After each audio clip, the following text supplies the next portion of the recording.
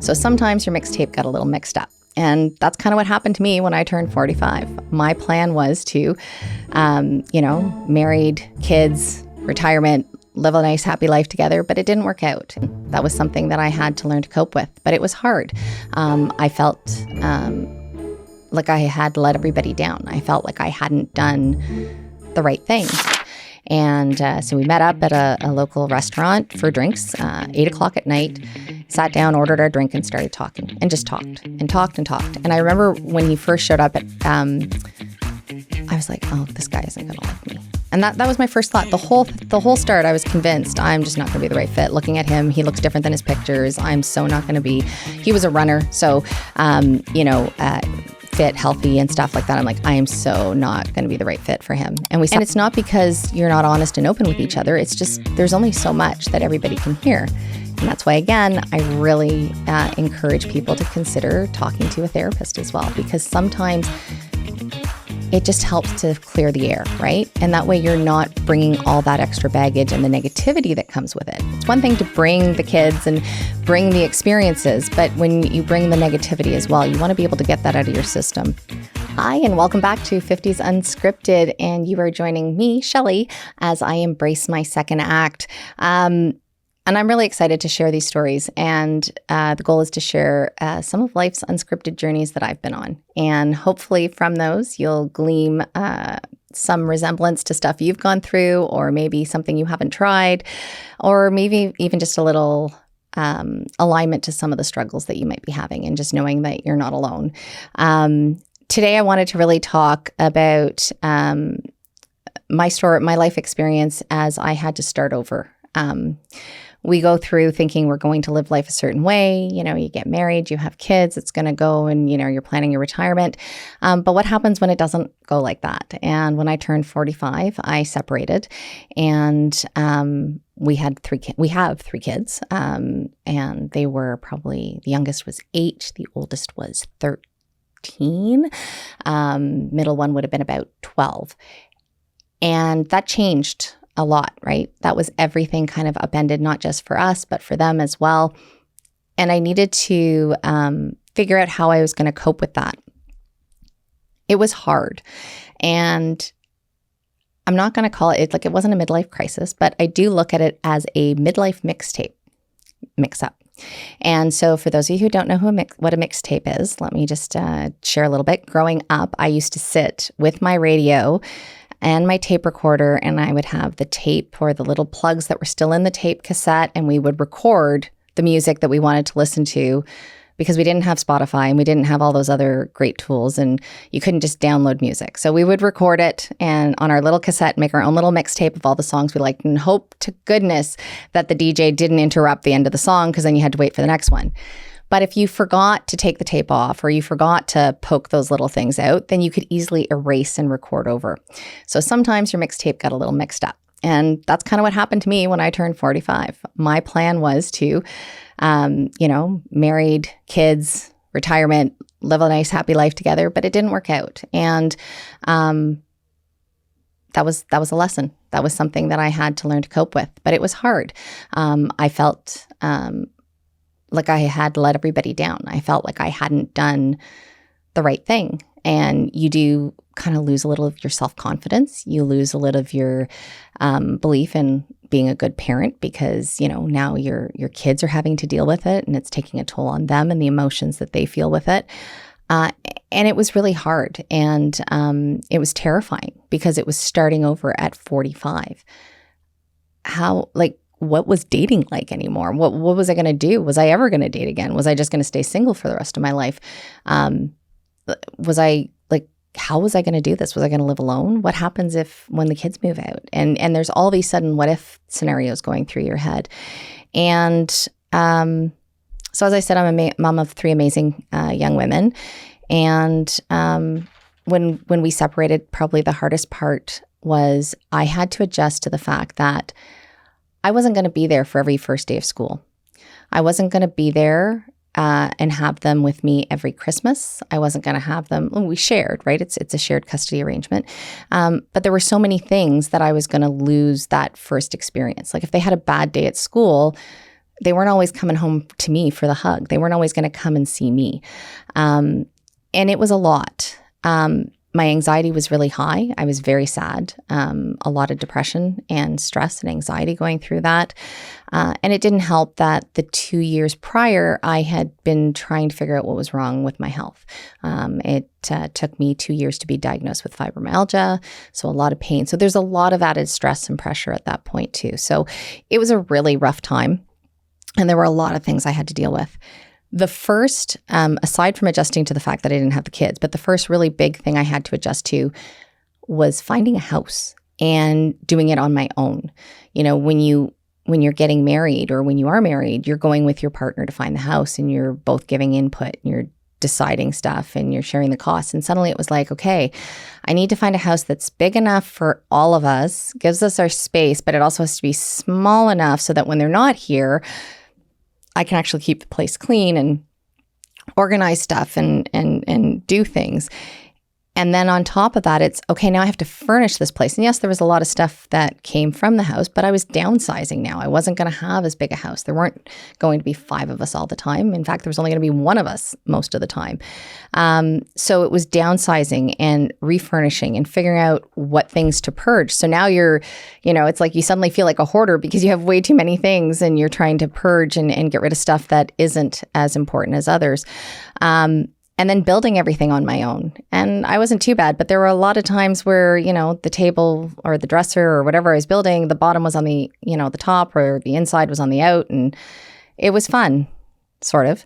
And I was not the handy person in the relationship, right? I could hold my own, but there were things like the electronics and stuff, like trying to figure out all the Wi-Fi and the service providers and everything. And I wasn't like the sound system on the TV. I don't think I ever got it hooked up. So those are all things that I just didn't have the experience with, and I didn't know what to do. So I had to learn a lot. But the biggest thing was learning to live alone again. And yes, I had done that. I didn't get married until later in life. I was in my 30s when I got married and started having kids. But it was hard. I had to go to being the only one in the house and nobody to talk to. And so, I was calling friends, but they have their kids and they had their things to do. And suddenly it wasn't my week. So it wasn't my job to take the kids to cheer anymore. And so now all the people I used to talk with in the evenings, I wasn't there because it wasn't my week to take them. So it definitely changed a lot of things, and I had to learn to do that again. And I ended up getting my dog. My dog came to help me out so that I wasn't alone, because I really got tired of being scared every time I thought I heard a noise in the middle of the night and going around the house turning every light on. And I'm sure there are a few people that can resonate with that. Now I have a dog that just barks at every sound and wakes me up and scares me in the middle of the night, but she's getting better. I also had to face the first Christmas alone. And I think that was probably the hardest one. I decided I was going to keep myself busy. I had the kids Christmas Day. He had them Christmas Eve. So it was my first Christmas Eve and Christmas morning waking up without my girls. And they were young, right? So it was an exciting time. I decided I'd keep myself busy, and I went and I signed up to do all kinds of stuff at church that night. So I had done the pageant for the past couple of years, helped with leading that, the children's Christmas pageant. So I went to that Mass and I led the Christmas pageant. And then the next Mass, I did something else. I might have been one of the readers or Eucharistic ministers or in the choir. Anyways, I had 3 Masses back to back. I thought I was well planned. I left presents to wrap, so that when I got home, if I still couldn't sleep, they were there and I could keep myself entertained. I was not going to be sad. I was going to be okay. And then it started. And I sat there leading the pageant, fighting back tears because my kids weren't in the pageant like they were every other year, or sitting nearby helping me organize all the other kids. And then I sat for 2 more Masses in the same church that I was married in, that my kids were baptized in, that I used to take my girls to It was excruciatingly painful.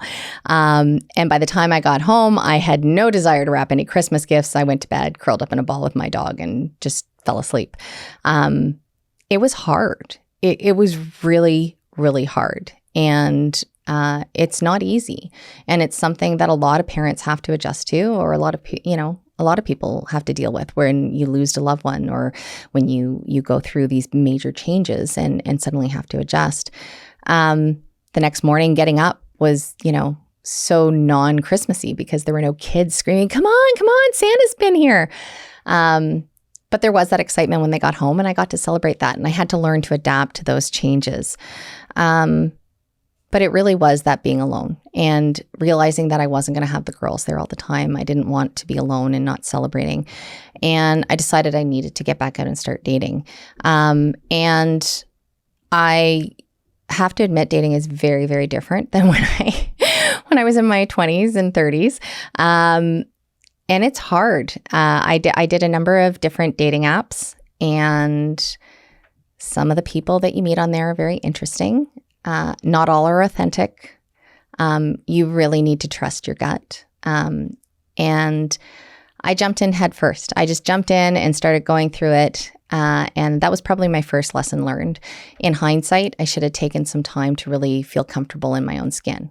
I was so scared of this feeling I kept getting when I was alone that I was almost looking too hard to find somebody to fill that emptiness, rather than accepting the fact that I needed to relearn who I was, and I needed to find myself again and be comfortable in my own skin and accept this new narrative that I had. Like, what were the new pages that I needed to learn and adjust to?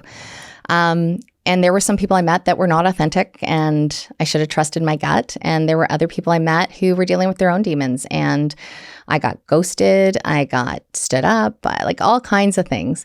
And I was getting to the point where I was really done. I was so done, and I was ready to just say, I'm just destined to be alone forever. Not because I hadn't met the right person, because I just obviously wasn't good enough, right? And I sat there writing pros and cons of, what I can bring to a relationship and, what's good about me. And then all of a sudden I sat there and I'm like, what am I doing? What do I want in a relationship? Why am I trying to be something to everybody else again? What is it I'm looking for? And I sat there and I started prioritizing, okay, what's important to me? What are the values that I want somebody else to have? And I decided, okay, I'm going to give it one more chance. And I'd seen this person a few times. I can't remember if he matched me first or I matched him first, but I'm like, I've seen the profile a couple of times. I'm going to go for it. We talked through the system, then we talked on the phone, and then we agreed to go for drinks. And so we met up at a local restaurant for drinks, 8:00 at night, sat down, ordered our drink, and started talking, and just talked and talked and talked. And I remember when he first showed up, I was like, oh, this guy isn't going to like me. And that was my first thought. The whole start, I was convinced I'm just not going to be the right fit. Looking at him, he looks different than his pictures. I'm so not going to be. He was a runner, so fit, healthy, and stuff like that. I'm like, I am so not going to be the right fit for him. And we sat there and we talked and talked and talked. And I felt my phone buzz, and so I don't usually do this, but I said, I'm really sorry, but my kids are still adjusting. My daughter texts me every night before she goes to bed. I'm just going to quickly. He's like, yeah, no problem. And I go to check and I'm like, holy crap. It's 11:00 at night. We'd been sitting there for 3 hours. My sympathies to the waiter, who now we understand why they kept coming to see if we wanted anything else, because we had one drink throughout the entire 3 hours because we were so engaged in the conversation. And I remember leaving feeling good because it was just natural, right? Like it was just talking. It was just getting to know each other and sharing stories. And that was it. There was no pressure. I'd taken all the pressure off, right? Because I knew that this is what I just wanted somebody I could talk to. I wanted somebody I could resonate with. And he had similar family stories and he had similar high school experiences. And we kept talking from there.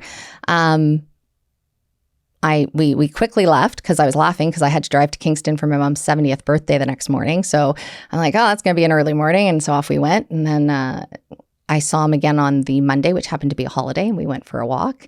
And again, it was just talking. It was like, how are the kids dealing with this? And how are you dealing with that? And then the next thing you know, we had dinner again and he hasn't left. And it's 5 years later. And honestly, I think I was not expecting it, and it just happened. And but that, I think part of it was because I took the time to reprioritize what I was looking for. I took a moment to stop trying to impress and just be me. Stop trying to be what the other person needed and look for what I needed, and look for somebody who could complement what I wanted. And it's not simple. It is hard. And when we go through such a big change, we need to take that time to figure out what it does to us, because change, it impacts us, right? Everything in life changes. Like who you were when you were 20, as you learn and grow, you change. And by the time you're 30, you've got some new characteristics or some new traits or some new ideals, and it keeps going. And then when life shakes up like that, you have to take that moment to reflect, and you have to take that moment to just stop and reevaluate what's important to you and where you want to go. And that is like the most important part, is finding yourself and making sure that you are comfortable in your own skin. Because once you are comfortable in your own skin, then you're going to find the right people, whether it's a friend to hang out with, whether it's a coworker or colleague that you want to, hang out with at lunch, whether it's somebody you just want to go on casual dates with, and then who knows where it goes from there, right? But don't go looking for the end game. Like, just go in to find what you need at that moment and let the rest happen. It really is. It's back to the fact that life is not scripted. It's not like just following what everybody does in a TV show isn't what's going to happen. You just have to go with the flow a little bit.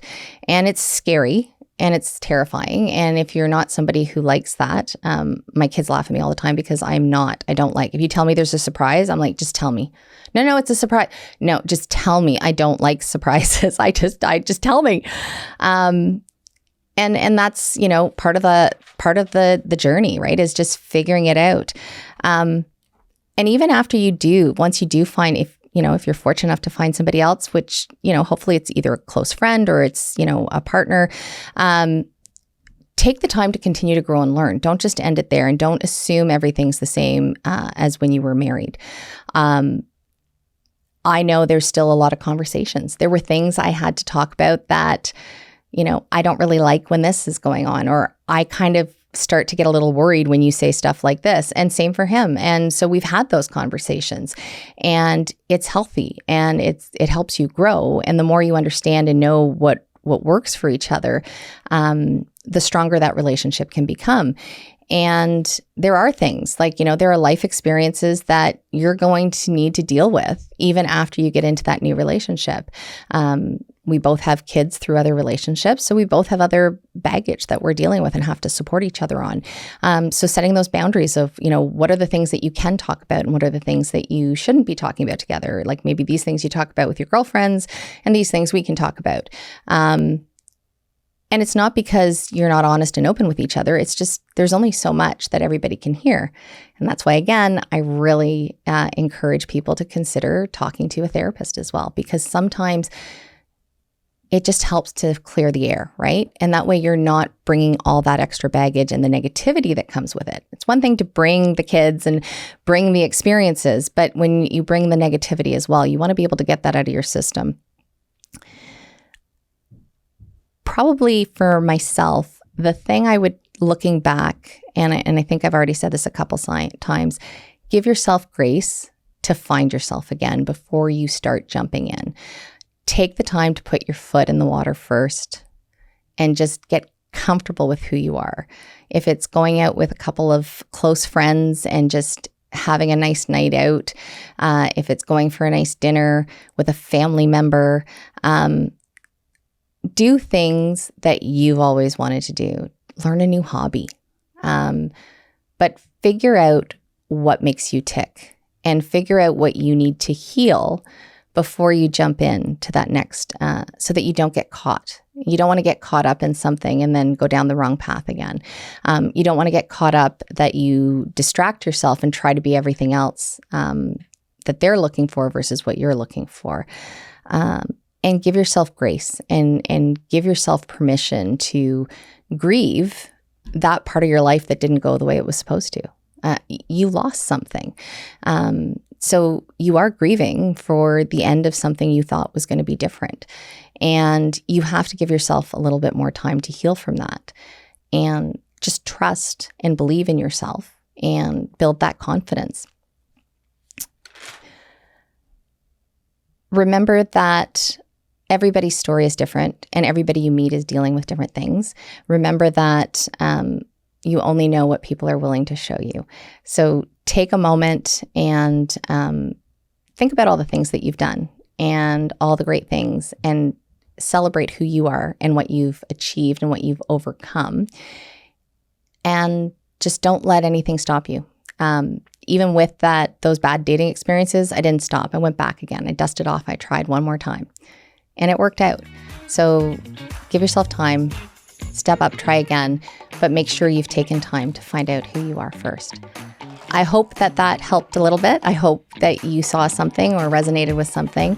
Let me know your thoughts. Let me know if you had a slightly different experience. And if you do like the conversation, feel free to subscribe and join our next convo as well. Look forward to seeing you again next time. Hey, you're still here. Have you checked out the next episode? It's a really good one. Lots of great stories. I think you should check it out. You'll enjoy, and make sure to subscribe so you get notified when new ones drop.